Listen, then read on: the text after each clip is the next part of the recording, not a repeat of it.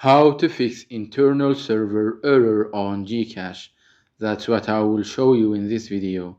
But before we begin, make sure to subscribe to the channel and ring the bell to get notified whenever a new video is posted. With that said, let's get started.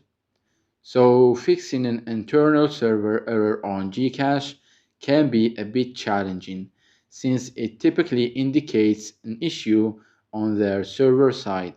So here are some steps that you can try. Wait and retry.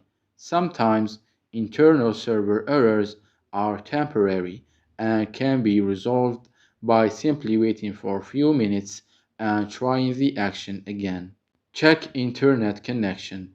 Ensure you have a stable one, as connectivity issues can sometimes trigger such errors.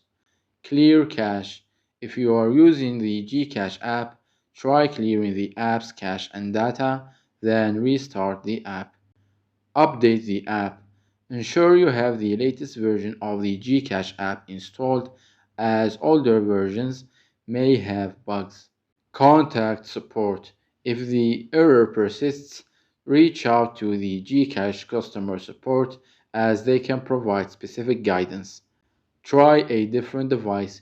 If you have access to another device, try using the GCash app or website on that device to see if the issue persists. Check server status. Sometimes the issue may be with GCash servers.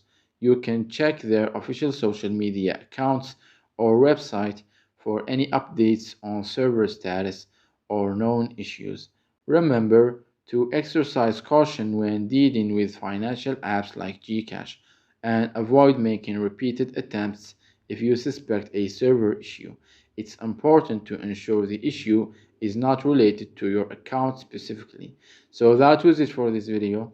That's how to fix internal server error on GCash. If you have any questions, please leave them in the comments down below.